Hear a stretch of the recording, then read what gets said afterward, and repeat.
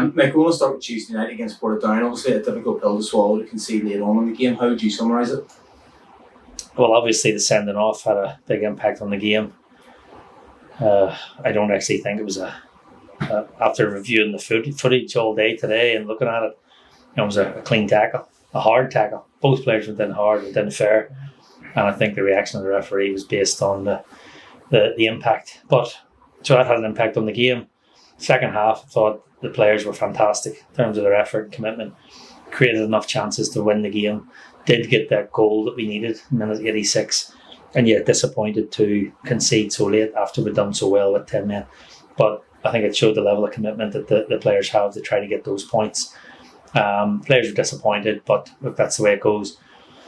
It's one of those games where you want to win it, but you definitely don't want to lose it. And we got the point, and we'll move on. We saw a change of shape in the second half as well. So Hervoy moved slightly further forward. Was that the key to unlocking those chances in the second half? Well, I think that one of the keys was, playing with the man down. You're expecting people to cover a bit more ground. Seanan had to move into the back. We went sort of three across there. Thought they were excellent, which allowed Robbie and Jay actually to move more central. And I thought between the pair of them up front, sort of playing off each other, helped. It proves that they can do it. We've always been trying to get them up through the middle as a pair, and Sean and Hervoy in the middle worked really well. But I think the three at the back kept us solid, and look, it worked well for that half. And under difficult conditions, I must say, the pitch was probably the poorest one we've played on all season. And as Mick said there, we saw a dominant, spirited second half from Glentoran on Tuesday night. It's anything that looked like we had a better extra at times. What is it with this team that just doesn't give up? I think it's just the mentality with the boys and the confidence within the squad, knowing that, you look at the man next to you who's playing alongside you, and, the quality we have right throughout the team.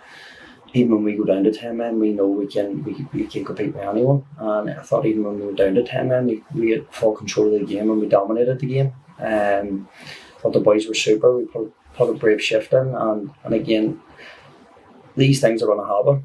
In terms of men getting sent off and things like that. It's part of football, and it's how you react to that. And I think that we showed the right mentality, and we have done all season.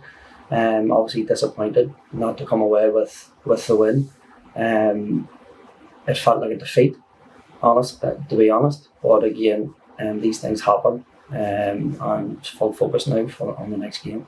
And we've got one of the most versatile teams in the league as well, whether that's boys up front switching wings, and whether it's Hervoy moving further forward, you drop back into defence. Is that the benefit of being a full-time outfit and being able to train and see these guys day in, day out?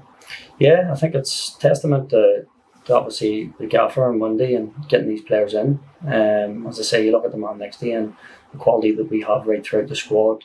People can play in different positions, the likes of me, Joe Crow, Hervoy, even the front three interchanging. The quality we have right throughout the squad is there for all to see. But again, it's all right having good players. If you don't work hard, you're not going to pick up results. And I think this team has the mentality and the drive to want to go on and compete. And we were devastated after Tuesday night. As I say, it felt like a loss, but again, it's gone, and the games are coming thick and fast. So it's Linfield on Friday night who are a super outfit. But we'll be going in there fully focused and ready to compete.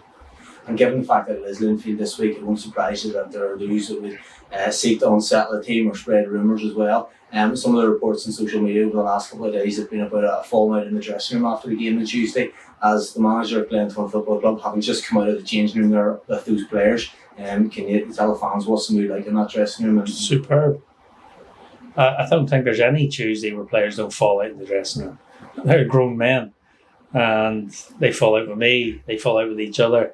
But no, absolutely not. These players are, the fact that they're grown men, they're big boys, is why they're able to compete.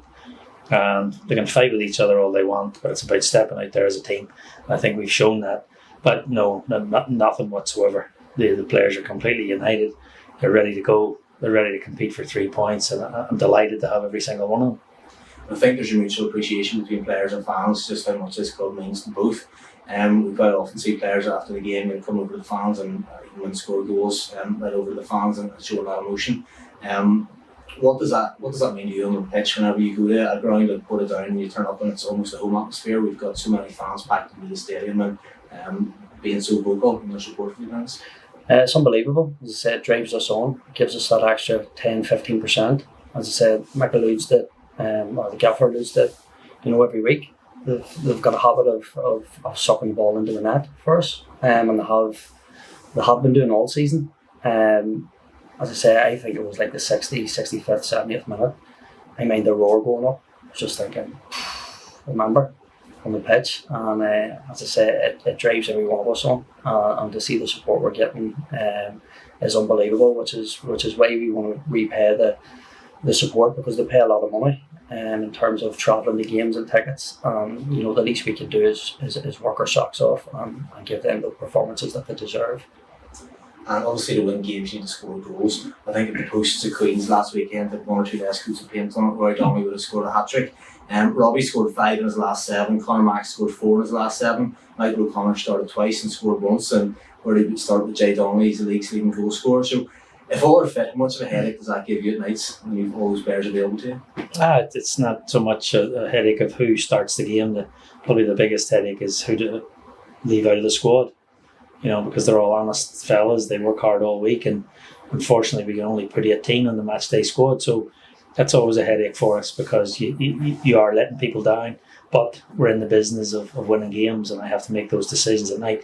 So I know that if player A, B or C isn't performing within the game or in the build up to a game, that option D and E are also quite good, and that's why we've went out and built this squad. Other teams complain that they don't have a player to replace that one. Well, we wanted to build a squad here to compete and be competitive and challenge. And to do that, you need to have strength and depth. You need to have players who can play multiple positions. And I think we've shown that within games. I use Reece Marshall as an example. Within the game, he'd be playing right back and he'd pop up in centre midfield.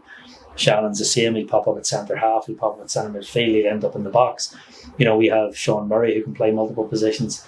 The front three can interchange at any moment within the game. So it's nice to have that flex, and that comes from good players.